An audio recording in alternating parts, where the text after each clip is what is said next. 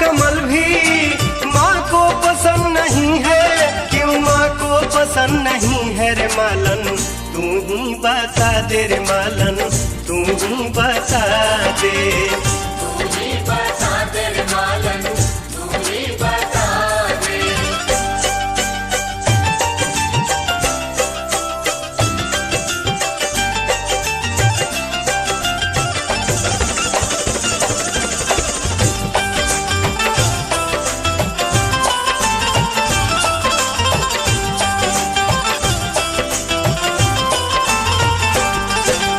केले हो या मौसमी, लाल सेव कश्मीरी, प्यारी सी नाशपाती, छोटी सी ये अंजीरी, काजू बादाम किशमिश, केसर कोई चढ़ावे, काजू बादाम किशमिश,